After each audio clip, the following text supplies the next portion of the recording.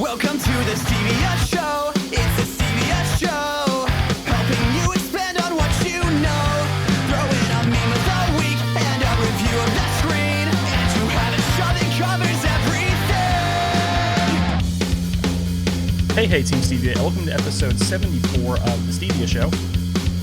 A talk show podcast that covers pop culture, world news, local artistry, and everything in between. And again, from a few miles away, this is Steven.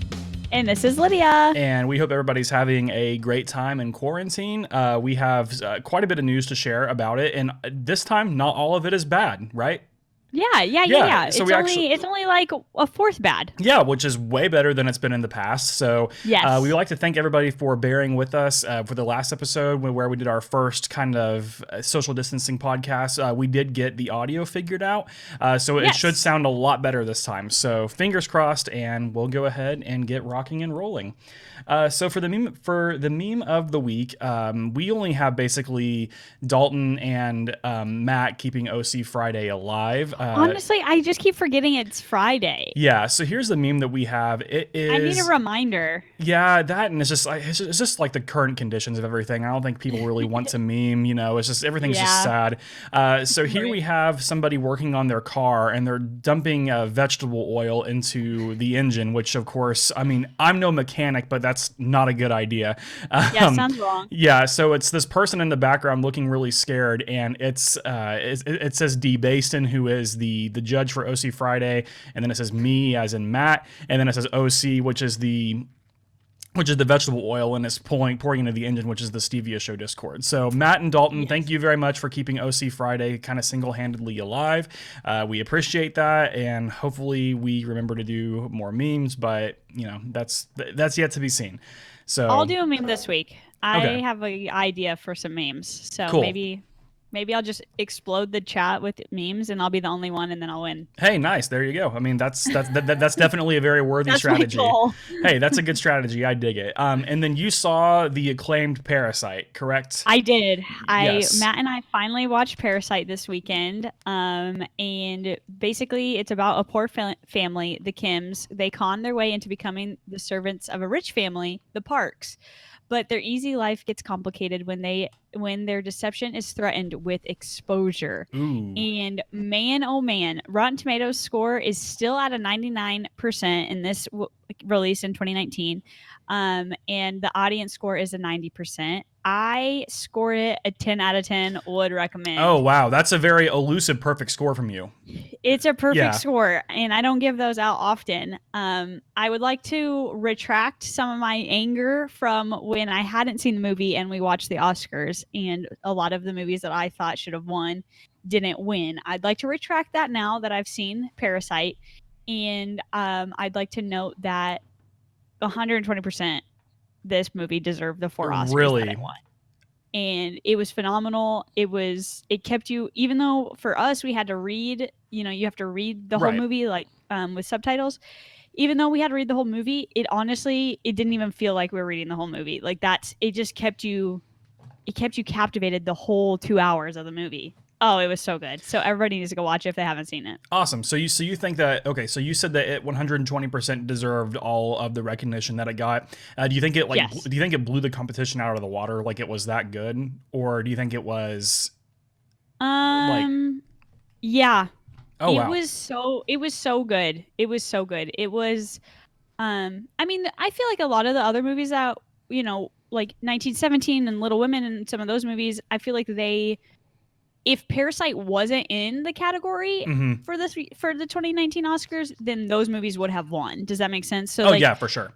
Parasite definitely exceeded those movies, but those movies were still just as great as I said they were before. Okay, perfect. Yeah, it was really good. I mean, it kept you entertained and interested the whole time, and it was when you're watching it at first, you're like, what is going on? Like, what are we doing here? And it's just like a happy-go-lucky movie kind of, but not really happy-go-lucky because they talk about how poor their family is and things like that. Mm-hmm. Well, and then it's like a big plot twist happens, and then another plot twist happens, and then it turns into like a suspense movie. Oh, wow. And you're like, what's going on? Yeah, it is. It's so good. And it's on Hulu now, correct?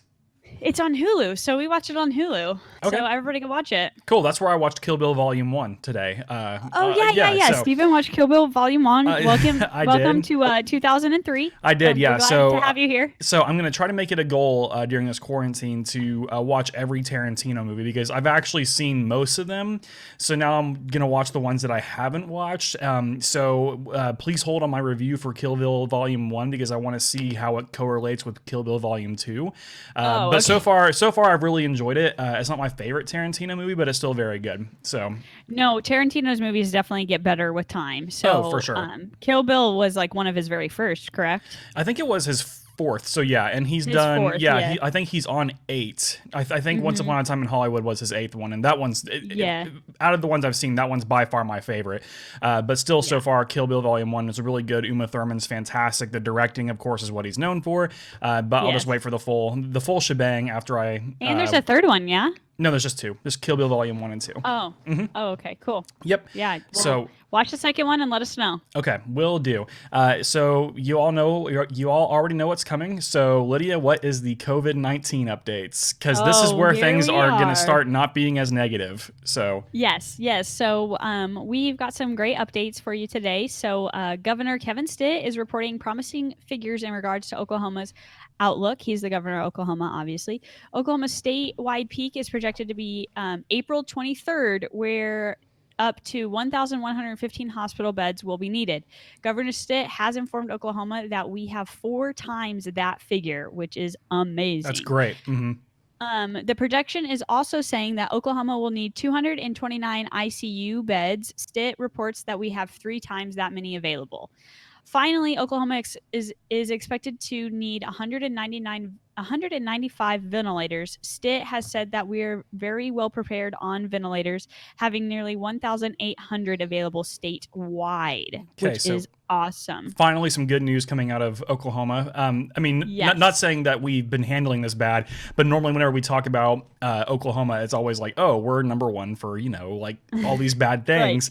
But it looks like we're actually pretty well prepared for this. So, again, we would like to give credit where credit's due and, say, hey, thank you, Kevin Stitt, for, getting us through this. Like what we said last week, I do not envy the person who is in charge of handling all of this because you're always going to have critics. But so far, things are looking really good.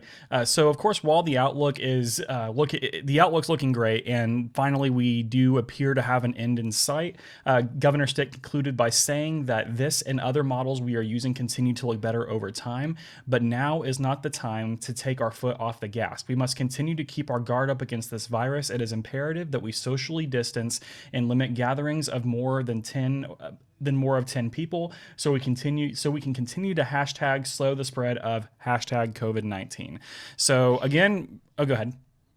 No, I'm saying that's great that he is acknowledging that, hey, yes, we are prepared for this, but hey, we're not backing down on the April 30th deadline or quarantine date, and that we're going to continue to slow the spread. So I really appreciate that from him. Yeah, same here. I think that's a really good sentiment because a lot of, governors that we've seen have been really dragging their feet at doing any sort of like quote unquote lockdown, even though that's not really what it is. But, that's neither here nor there.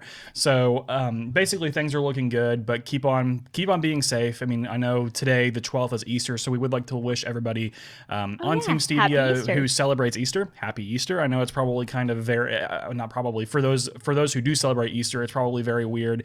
Going to church services via the internet and stuff like that. So, I mean, hopefully you were able to do whatever your faith, requires you to do. And hopefully you had a great Easter. So with that in mind, more good news on the COVID front is that the environment is continuing to heal itself.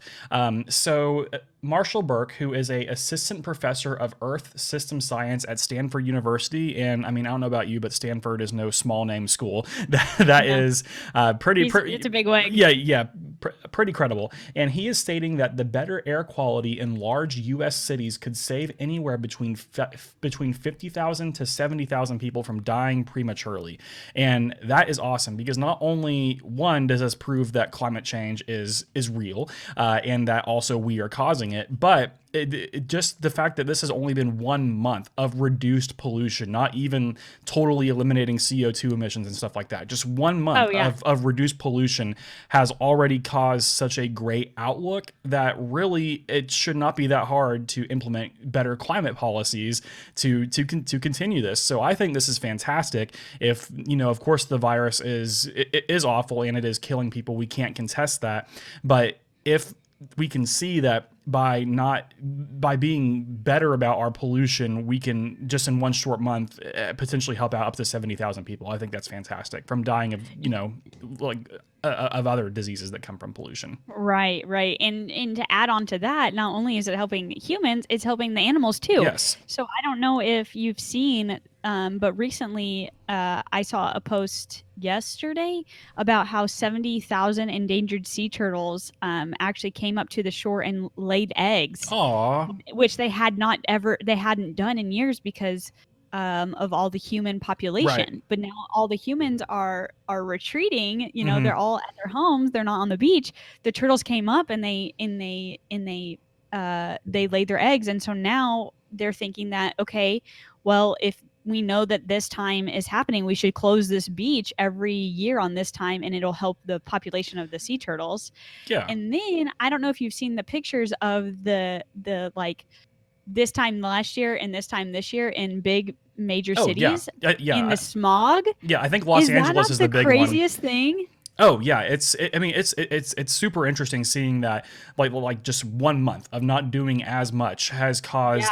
such a big reaction. And I mean, and of course it's not feasible to shut down everything for 1 month at a time. Like I'm not saying like that's the No, solution. but it's interesting. What if we one day a month shut down everything on a Saturday? Or not even that, but just year wide, just simply make smarter decisions about the climate, and also having some like very like in cities like Los Angeles, encouraging people to not drive but to take public transit and stuff like that.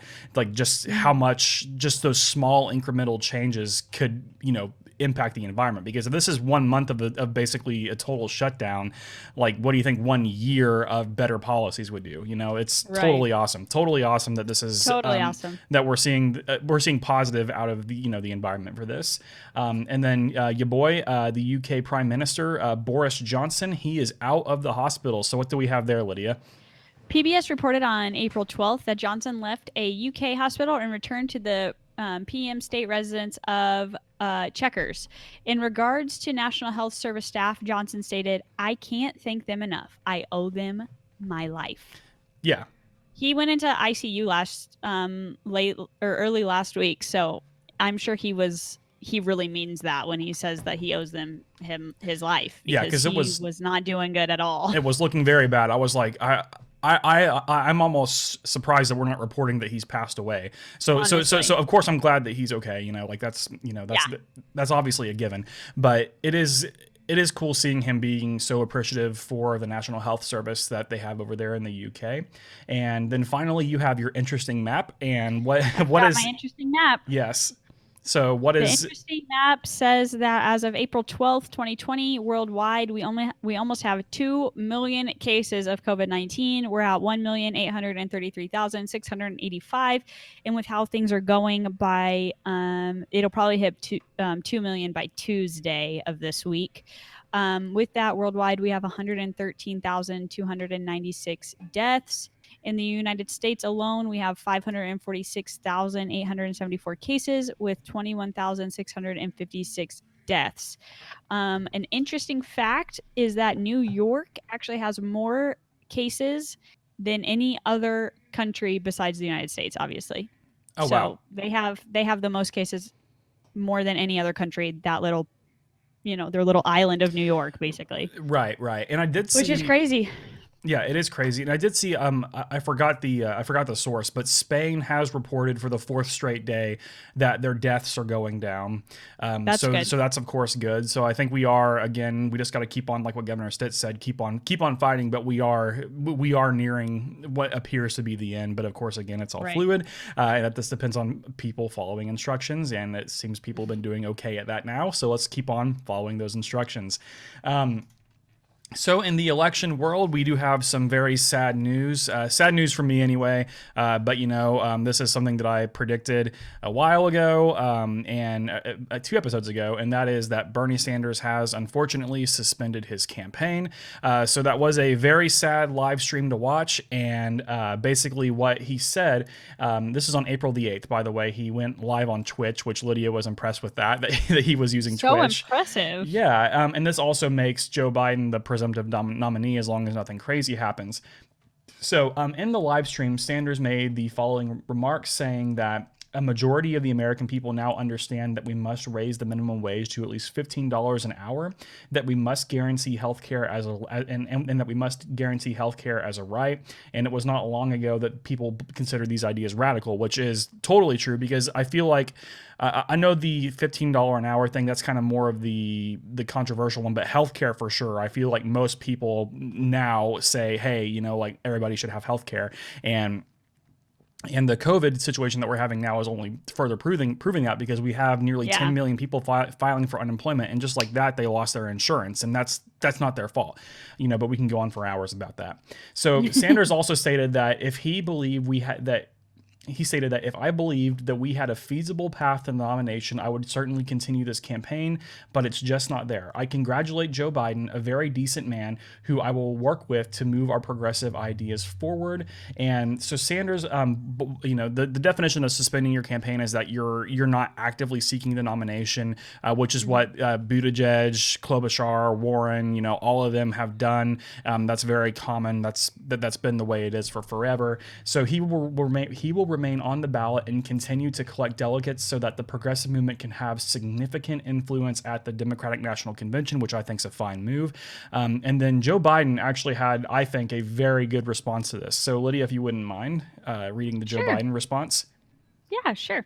So Joe Biden wrote the following in a series of tweets. I know Bernie well. He's a good man, a great leader, and one of the most powerful voices for change in our country. And it's hard to sum up his contributions to our politics in one single tweet. So I won't try to. To Bernie and Jane, as friends from Jill and me, you haven't just run a political campaign, you've created a movement. And make no mistake about it, we believe it's a movement that is as powerful today as it was yesterday. That's a good thing for our nation and our future. We know how hard this is. You have to put the interest of the nation and the need to defeat Donald Trump above all else. And for that, we're grateful. But we want you to know we'll be reaching out. You will be heard by me. As you say, not me, us. And to Bernie supporters, I know that I need to earn your votes, and I know that might take time, but I want you to know that I see you, I hear you, and I understand the urgency of this moment. I hope you'll join us. You're more than welcome. You're needed. Yeah, I really like that response.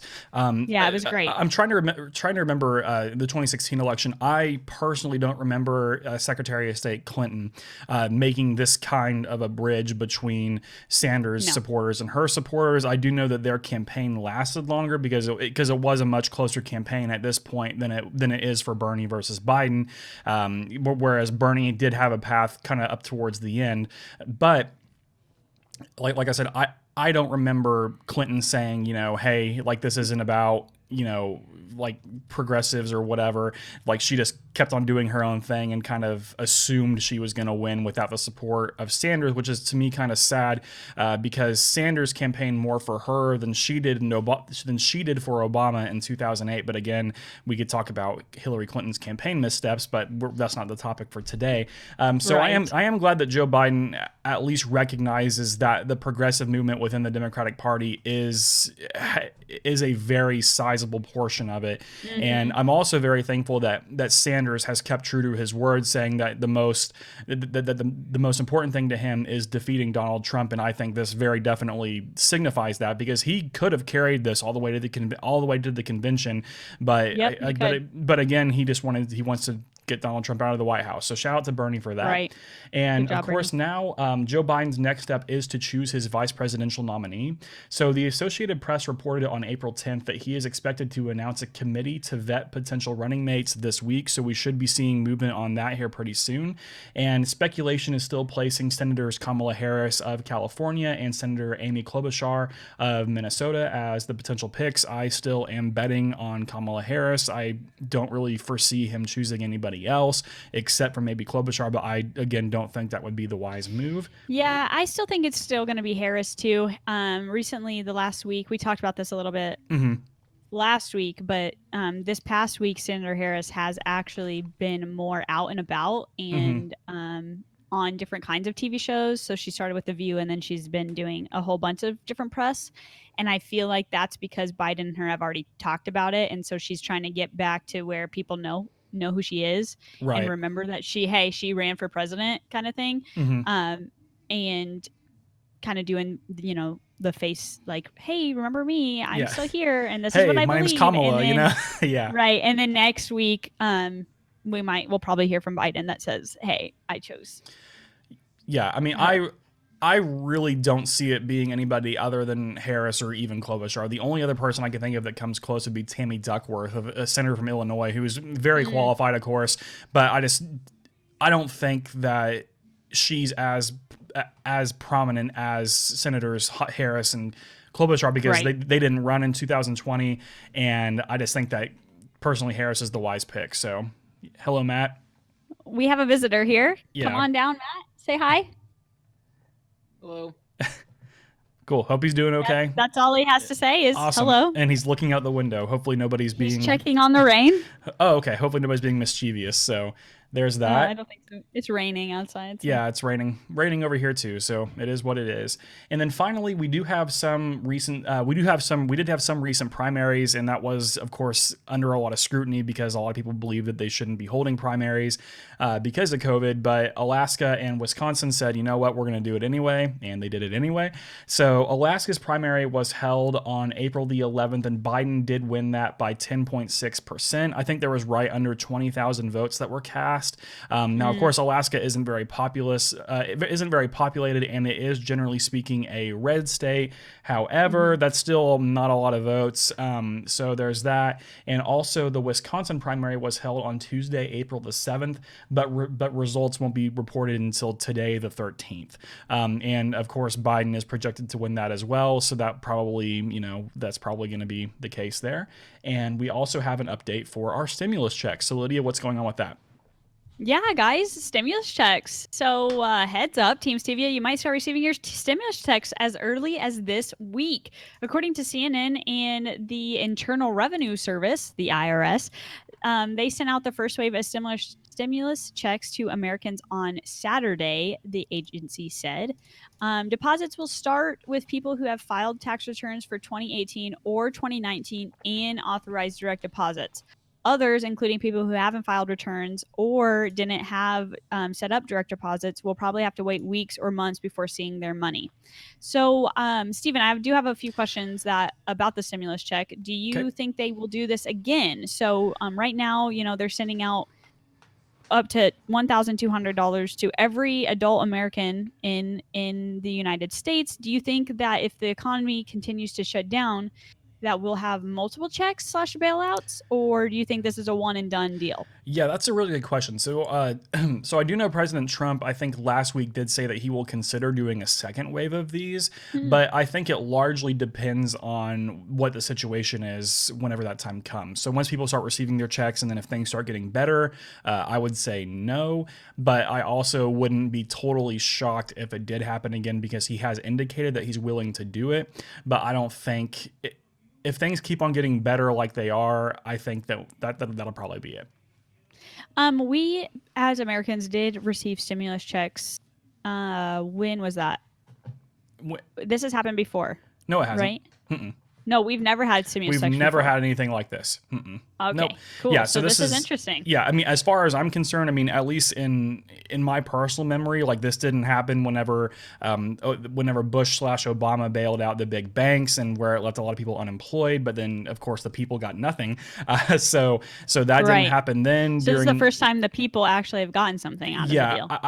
I mean, I think the only other time that I could even see it as a possibility was whenever Franklin D. Roosevelt helped out with the Great Depression, but I still don't even think then. I mean, I again don't think that it happened then. So I mean, I'll need to do more research on that. So as far as I'm aware, no, this hasn't happened before, but 100% guarantee this has not happened in recent history. I'd say, yeah.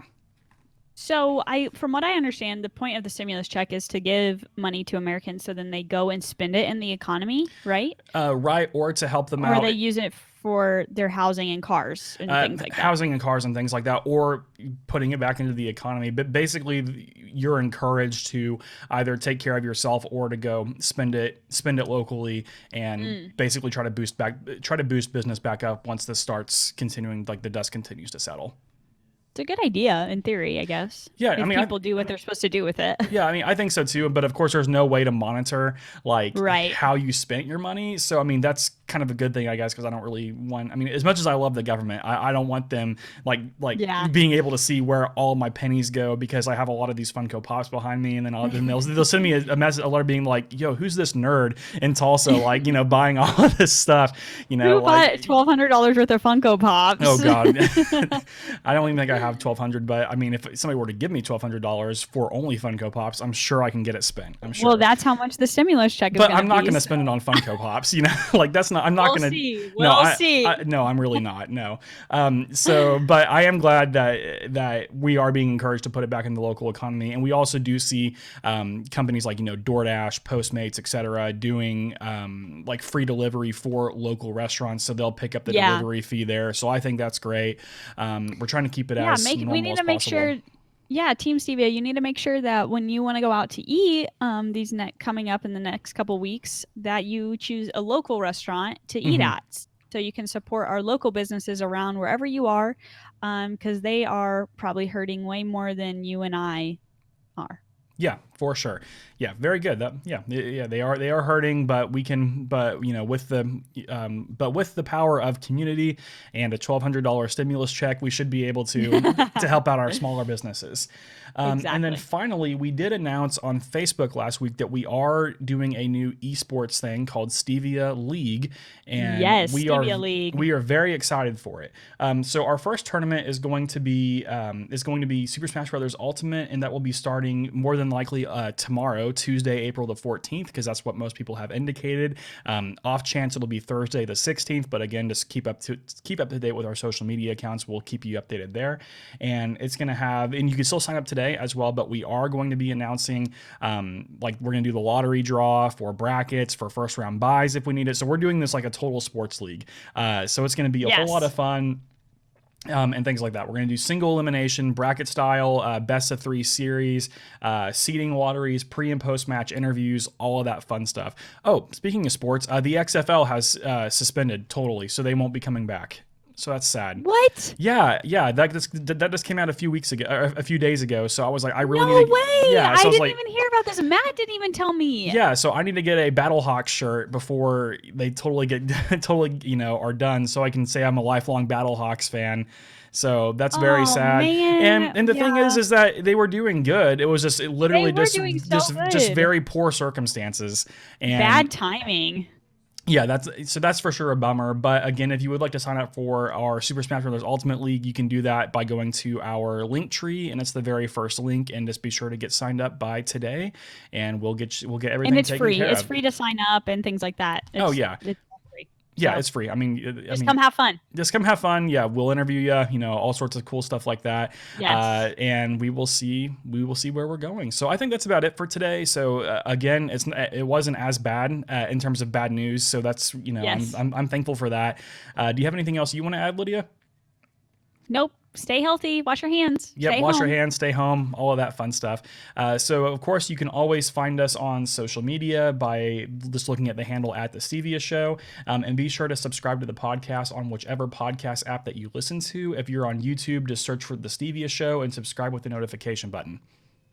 We would like to thank our anchor producers for their continued support. You can support us as little as 99 cents a month and receive exclusive Discord roles and bonus episodes every month. And our producers this week get to name the league in Stevia League. They get to name the brackets. They get to name the conferences, yeah. And then they also, if we need a first round bye, they enter a first round bye lottery. And then we get to. Yeah. lottery it. Yeah, so their perks don't just stay in the community. They go to our community events too. So that's gonna be really interesting. And of course, we do have merchandise available through our links in our bio. So when you visit us online, check out our link tree and click on merch, and we ship nationwide as well. And I think that's about it. Yeah, so I think that's about it for today. As always, stay safe, stay healthy, have a great day. But for now, this is Steven. And this is Lydia. And we will see you all later. Bye.